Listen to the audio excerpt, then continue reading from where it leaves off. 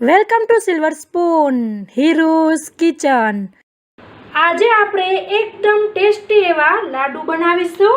મિત્રો, આ લાડુ તમે એક વખત ખાશો તો બીજા બધા લાડુ ભૂલી જશો। અને આ લાડુ એટલા હેલ્ધી છે કે વડીલ લોકો પણ કહેતા હોય છે કે આ લાડુ ખાવા જોઈએ। અને મિત્રો, આ લાડુ બનતા સહેજ પણ વાર નથી લાગતી, માત્ર 5 મિનિટની અંદર બની જાય છે। મોઢામાં મૂકતા ઓગળી જાય એવા સરસ આ લાડુ છે દારિયા અને ગોળના લાડુ। મિત્રો, દારિયા અને ખાંડના લાડુ મેં અપલોડ કરી દીધેલા છે, તેની લિંક મેં ડિસ્ક્રિપ્શન બોક્સમાં આપેલી છે, જે કહેવાય સત્તુના લાડુ। તો મિત્રો, આખી રેસીપી જોઈને પરફેક્ટ માપ સાથે તમે આવી રીતે લાડુ બનાવશો તો તમારા લાડુ સહેજ પણ મોરા નહીં બને અથવા તો નહીં ગળ્યા બને।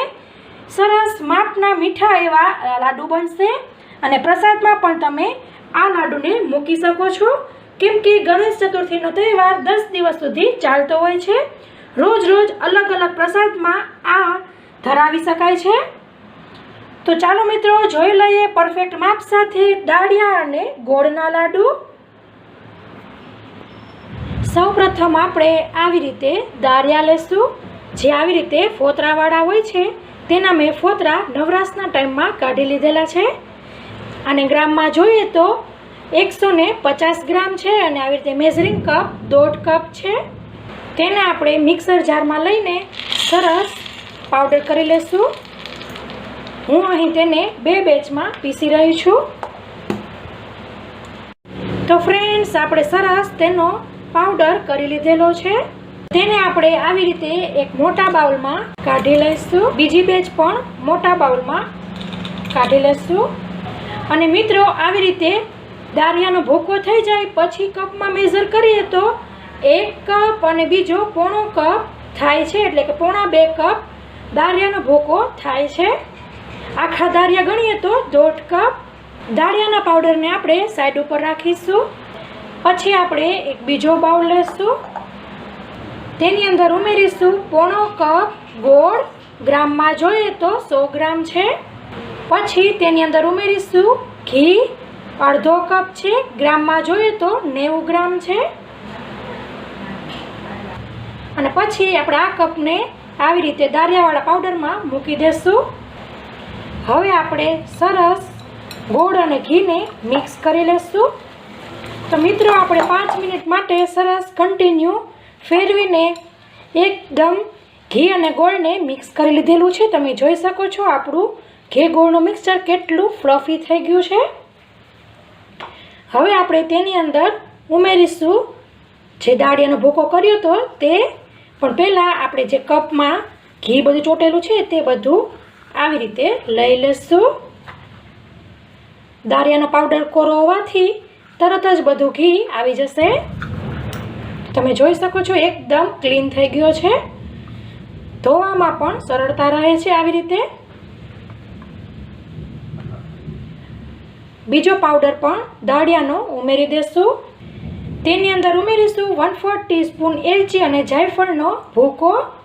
તમારે અલગથી જો ખાંડવો કે પીસવો ન હોય તો તમે જ્યારે દાળિયા પીસો છો ત્યારે તેની અંદર એલચીના દાણા ઉમેરી દઈ શકો છો, એટલે તેનો પણ ભૂકો થઈ જાય છે। હવે આપણે બધું સરસ મિક્સ કરી લઈશું। મિત્રો, આવી જ રીતે મેં ખાંડ ઉમેરીને લાડુ કેવી રીતે બનાવવા દાળિયાના તે મેં રેસીપી અપલોડ કરી દીધેલી છે, તે તમે જરૂરથી માપ સહિત રેસીપી જોઈ લેજો। તેની લિંક મેં ડિસ્ક્રિપ્શન બોક્સમાં આપેલી છે। આ ગોળથી લાડુ બનાવેલા છે એટલે તેનું માપ પણ અલગ છે, ખાંડવાળાનું માપ પણ અલગ છે।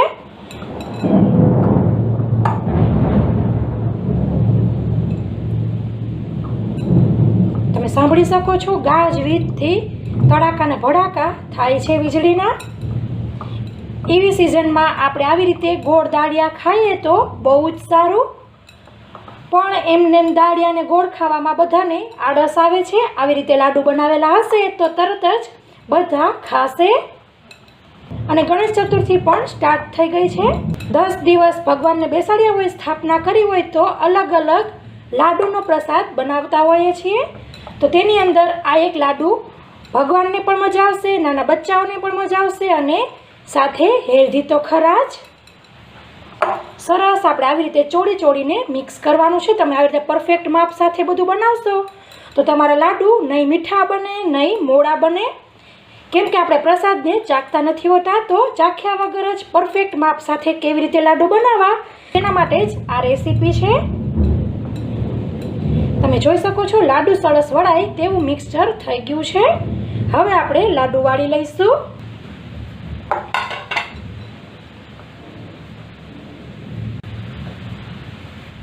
તમે મિત્રો નાના મોટા જેવા તમને લાડુ પસંદ હોય તેવા તમે વાળી શકો છો.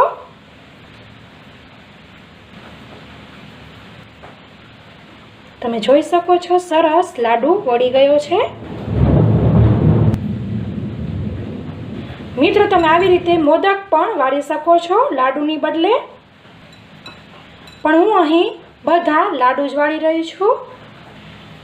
અને મિત્રો આ લાડુ એકદમ ફટાફટ બની જાય છે, સાથે ગેસ પણ ચાલુ નથી કરવો પડતો. માત્ર 5 મિનિટની અંદર બની જતા આ લાડુ છે. તમે ઘરે જરૂરથી ટ્રાય કરજો પ્રસાદમાં. એમને પણ તમે આ લાડુ ખાઈ શકો છો, બહુ જ હેલ્ધી છે. તો મિત્રો આપણે આવી રીતે ટોટલ 12 નંગ લાડુ બન્યા છે. લીંબુની સાઈઝના આ લાડુ છે. પછી તમારે જે પ્રમાણે પ્રસાદ વધારે બનાવવો હોય તે પ્રમાણે દાળિયાની ક્વોન્ટિટી અને બધું માપ તે પ્રમાણે બીજા બધા માપને ડબલ કરી લેવા. તો મિત્રો તૈયાર છે મસ્ત ટેસ્ટી અને હેલ્ધી એવા દાળિયા અને ગોળના લાડુ. તો મિત્રો આશા રાખું છું કે તમને મારી આ ગોળ દાળિયાના લાડુની રેસીપી જરૂરથી પસંદ આવી હશે. પસંદ આવી હોય તો લાઈક કરો અને તમારા ફ્રેન્ડ ઓર ફેમિલી સર્કલમાં શેર કરો, જેથી તે લોકો પણ મસ્ત ટેસ્ટી અને હેલ્ધી એવા આ લાડુ ઘરે બનાવી શકે. સો ફ્રેન્ડ્સ, રેસીપીમાં આટલું જ. હવે નવી રેસીપી સાથે મળીશું. ત્યાં સુધી આવજો. Thank you.